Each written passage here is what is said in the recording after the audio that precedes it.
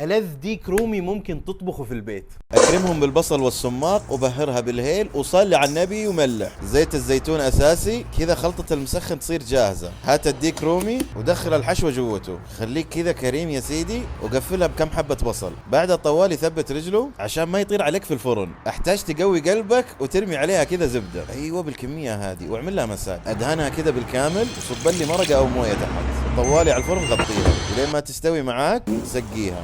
خبزات. ايوه عندنا هنا حشوة مسخن راح اوزعها هنا. شوف لي الحلوة. الله الله الله. مطرها مطرها كذا. طاولتنا صارت جاهزة. الله الله الله. واو. شوف اللحمة كيف. اوه مستحيلة. واو واو. هي دي شوف لي اياها. حطها في الخبزة.